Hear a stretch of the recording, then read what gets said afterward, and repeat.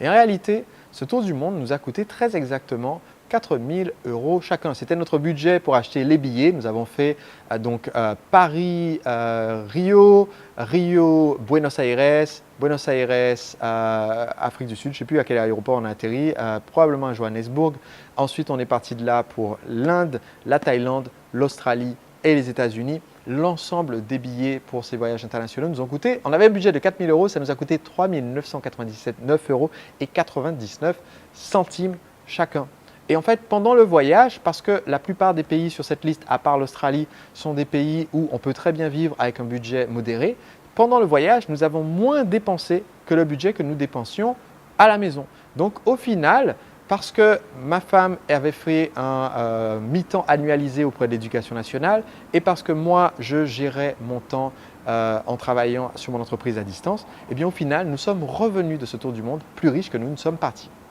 Autrement dit, toute personne qui dit « j'aimerais faire le tour du monde » et qui a 4 000 € pourrait faire le tour du monde sur le même budget probablement qu'elle ne vit aujourd'hui. Donc, c'est là que j'ai réalisé en fait, ces personnes qui disent « j'aimerais faire le tour du monde mais je ne le fais pas » ne sont pas vraiment libres. Elles peuvent le faire et pourtant elles ne le font pas. L'autre point de vue que beaucoup de personnes ont quand je pose la question « qu'est-ce que c'est que d'être libre ?» Ils disent « être libre, c'est faire tout ce dont on a envie quand on a envie ». Et j'imagine que vous avez peut-être vécu les conséquences négatives de penser comme ça. Si vous avez déjà passé des vacances de Noël en famille où vous avez fait tout ce dont vous avez envie, c'est-à-dire manger une tonne de bûches de Noël et reprendre 3 fois du champagne, de l'apéro, en Guadeloupe ici c'est le boudin créole, les acras, si vous avez fait tous ces excès, vous l'avez probablement regretté le lendemain.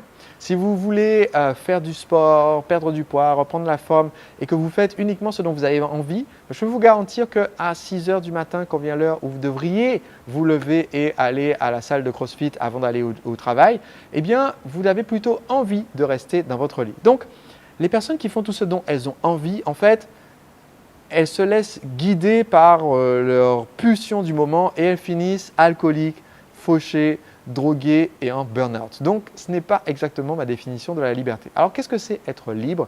Être libre, c'est faire ce qu'on veut. Et je vous ai dit que les mots étaient importants. C'est ne pas pouvoir, c'est faire. Et également, c'est faire ce qu'on veut et pas ce dont on a envie. La différence, c'est que je veux être en bonne forme physique, mais j'ai envie de reprendre du gâteau au chocolat. Sur le moment, j'en ai envie, mais je sais que ça ne correspond pas à la vie que je veux pour moi.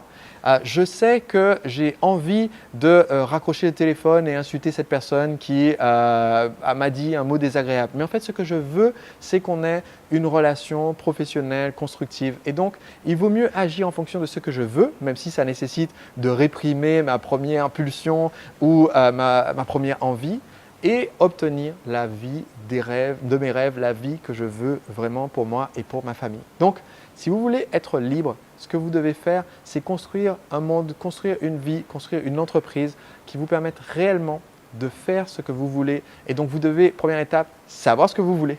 Et deuxièmement, pas juste vous contenter de le rêver, mais le faire.